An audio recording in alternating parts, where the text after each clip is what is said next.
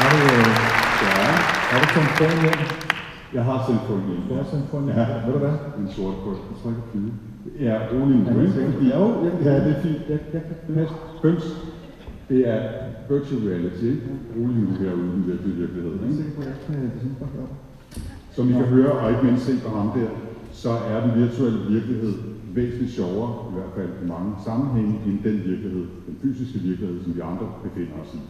Men det er jo ikke bare sjovt at lade, Anders, fordi som I hørte her, så kan man hjælpe autistiske børn med teknologi. I USA, der hjælper man krigsveteraner, som har posttraumatisk stress med at komme sig. Og her i Danmark, så har vi faktisk ret godt med i Aarhus på et projekt. Ja, og nu skal vi have endnu besøg på scenen. Det er Christian Emil Andreasen fra et firma, der hedder Kanda, og Jakob Algren Gram fra Neurocenter Amager, og de bruger virtual reality til at hjælpe folk, der er blevet delvis lammet efter en blodprop. Så velkommen til Christian og Jakob.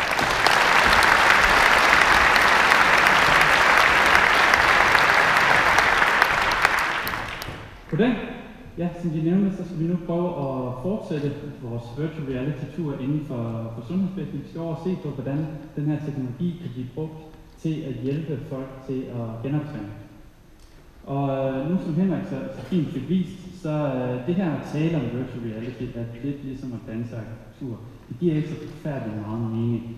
Så hvis I ikke har haft muligheden for det, helt klart skynd jer ud og prøve de her ting ude for hjem.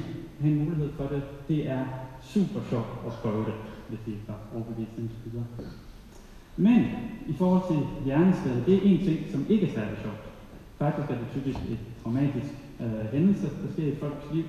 Så det vi prøvede på i samarbejde med Harmon Neurocenter, vi blev kontaktet for cirka et år siden, om vi var interesserede i at prøve at bruge de her virtual reality-teknologier fra underholdningsindustrien til at prøve at måske ikke gøre det sjovt at komme sig fra en hjerneskade, men i hvert fald sjovere, eller prøve at bruge det her til at motivere det på en måde. Og typisk, når man bliver, som også er spiludviklere, bliver spurgt om, vi har lyst til at lave et spil eller et program, så den største udfordring er, hvordan er det, vi gør det her sjovt at bruge for folk. Men vi kan også alle sammen godt lide en god udfordring. Det må man i høj grad sige, det her var. Fordi hvordan er det, man får folk, der har svært ved at bruge deres arme, til at interagere med en virtuel verden med deres arme? Det var så at sige vores epic quest inden for det. Hvis vi går videre til, hvad er det så, vi har lavet i forhold til det her. Der er en video her. Og det vi kan se, der sker her, det er Troels. Han er ikke selv lang, men han er udvikler i firmaet. Og han sidder og har de her briller på. Det I kan se, der sker, det er, at han skal skyde den her borg ned med den her ballister. Og ideen i det her, det er, at når man sidder og skal genoptræne, så er der forskellige muskler, man skal have trænet op i forbindelse med det her. Det kan han så gøre ved at gribe fat i de her forskellige levers, og til slut affyre den her ballister og få smadret borgen.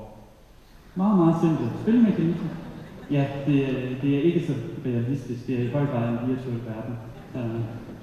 Og noget af det, vi har set på, det er, at kan vi lave noget anderledes end det, som vi ellers præsenterer vores patienter for.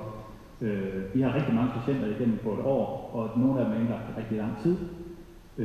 Og nogle gange kan det faktisk godt blive lidt kedeligt at sidde med den samme karklud i hånden og køre frem og tilbage over bordet, tro det eller ej. Og det er nemlig der, hvor det her det på en helt anden måde bliver sjovt. Jeg fortsatte lige lidt her med videoen, kan jeg se. Den næste øvelse, jeg lavede, det var en, der hedder en skydeøvelse, hvor vi skulle skyde nisser.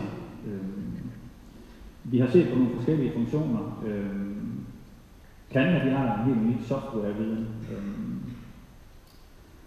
Og det ved vi ikke noget.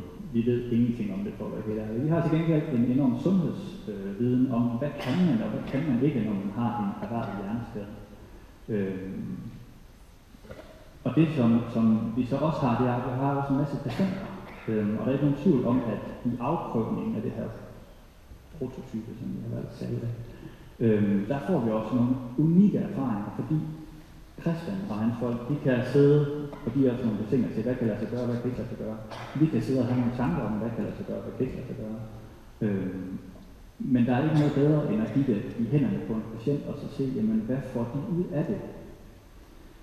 Et helt konkret eksempel i en afprøvning, jeg har haft med en patient, det har resulteret i en patient, som har været indlagt hos os i en kortere periode, som får de her briller på, som vi så Troelsa på for et øjeblik siden. Så får hun armen ind i den virtuelle verden, hvor hun så sidder. Og det hun selv beskriver bagefter, det er, at jeg lægger ikke på samme måde mærke til det. Jeg lægger simpelthen ikke mærke til, at jeg bruger det er typisk en side, der er dårlig, og en side, der fungerer fint. Jeg lægger simpelthen ikke mærke til, at jeg bruger den dårlige side på samme måde, som hvis jeg sidder og laver konventionelle øvelser. For vi genoptrænede også før, vi fik virtual reality, og det er lidt det, vi prøver at holde det op mod. Hvad fungerer bedst? Men med virtual reality, så kan vi sætte det ind i en helt anden kontekst. Patienten her sad og prøvede det her, det hedder RIAT, vores system, sad og prøvede RIAT, mens terapeuten og mig så stod og talte sammen, og hun havde haft patienten her i nogle tid nu, og hun viskede simpelthen til mig, jeg har ikke tidligere set patienten løfte armen så højt i så lang tid.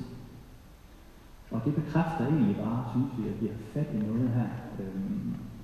Patienten lægger simpelthen ikke mærke til på samme måde, at man er i den virtuelle verden, og bruger den arm, som ellers er svært at bruge. Vores hypotese er, at det skal være sjovt. Vi arbejder meget med motivation. Netop hvis man er indlagt i et længere forløb, så kan det godt være svært at holde motivationen. Og vi ved erfaringsmæssigt, at jo mere genoptræning man laver, jo bedre slutresultat får man. Hvis vi kan gøre det sjovere og mere motiverende, så de spiller i længere tid, så får de simpelthen en bedre genoptræning. Så vi arbejder meget, altså hele tanken bag det her projekt, som sagt på Canva, det var, at kan det her blive sjovere, end det vi ellers udsætter vores patienter for. Ydermere så i den virtuelle verden, der er jo, som jeg har set tidligere, nogle helt unikke muligheder for at skabe nogle miljøer, som ellers ikke er muligt at skabe på et hospital. Og det er noget af det, som vi har tænkt, det her det vil vi gerne bygge videre på.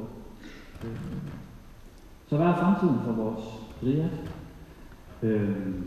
Vi ser som sundhedsprofessionelle en mulighed i det her lige nu, så er det fysisk træning, men det kan egentlig også bruges på sigt, tænker vi, til at genoptræne de mentale funktioner i hjernen, altså kognitive opgaver, hvor man ikke så meget skal bruge armen, men mere skal bruge hjernen. Den anden del af det, der er, at vi har udviklet det her til folk med erhvervet hjerneskade. Det er en forholdsvis lille patientgruppe i forhold til alle de patienter, der findes. Og vi ser egentlig også, at det kan bruges bredere ud til ikke alle, men rigtig mange diagnosegrupper. Og det er det, som vi tænker, vi gerne vil have videre til. Det er, vi har en prototype nu, og den vil vi gerne have til at blive til mere. Ja. Mange tak for det. Tak til